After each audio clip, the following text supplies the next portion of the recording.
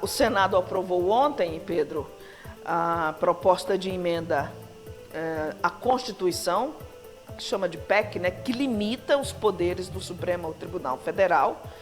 Foram 52 votos a favor, 18 contra, e nas duas votações.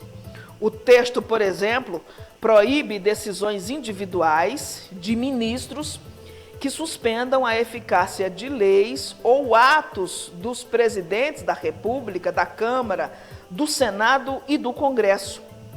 Como muda a Constituição, a proposta precisa ser aprovada 2 vezes no Senado e ter ao menos 49 votos do total de 81 senadores. Entre os partidos que foram contra a matéria estão o PT, o partido do presidente Luiz Inácio Lula da Silva, e o MDB, que compõe, melhor dizendo, a base de apoio ao governo.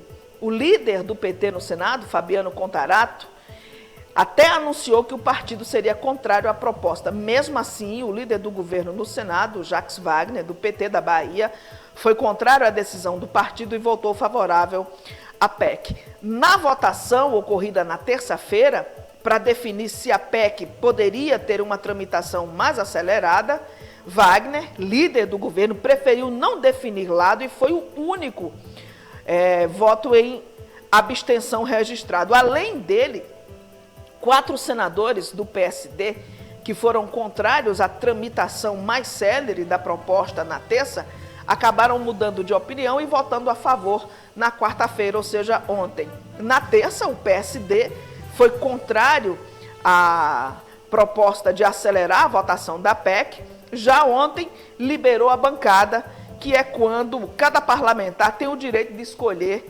como quer votar.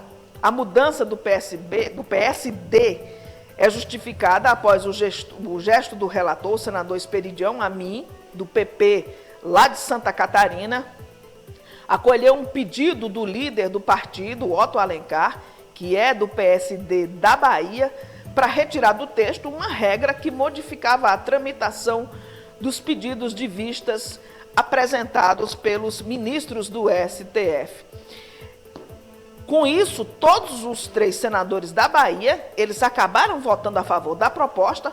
Além deles, as bancadas dos estados do Mato Grosso do Sul, do Paraná, de Santa Catarina e São Paulo também foram favoráveis a essa PEC. E aí, Pedro, eu te pergunto, essa PEC que limita os poderes, não do STF, mas ministros individuais, de votos isolados de ministros do STF. Qual o seu entendimento em relação a isso? Pode ser considerado uma afronta ao STF ou um freio a ministros do STF? Eu acho que eu já falei a respeito disso, Michele, mas vou repetir. No direito administrativo, né, que se trata do serviço público, se trata de todos, inclusive dos 3 poderes, existem as funções típicas e as funções atípicas. Por exemplo, no executivo, sua função típica é executar, é fazer acontecer as coisas dentro de um governo. O legislativo, sua função típica é produzir leis.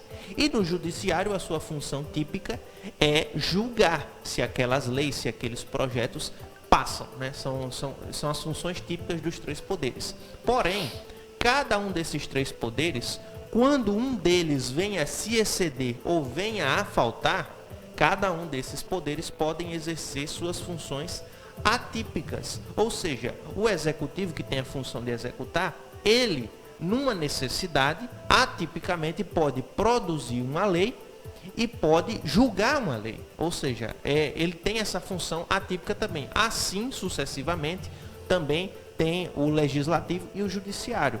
Nesse caso aí, o que o legislativo está fazendo, como você bem disse, é um freio para o judiciário. Ou seja, o legislativo está praticando sua função atípica, a fim de que não dê ao judiciário plenos poderes, ou seja, dê decisões individuais para os ministros. Vamos ver um trecho de como foi essa votação ontem?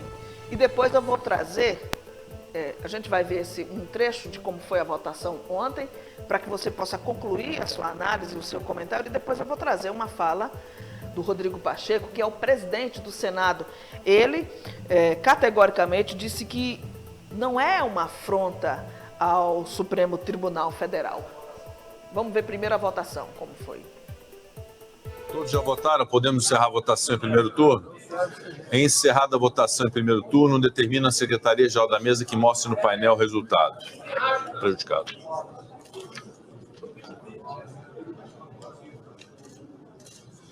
Votaram sim 52 senadores, não 18 senadores, nenhuma abstenção.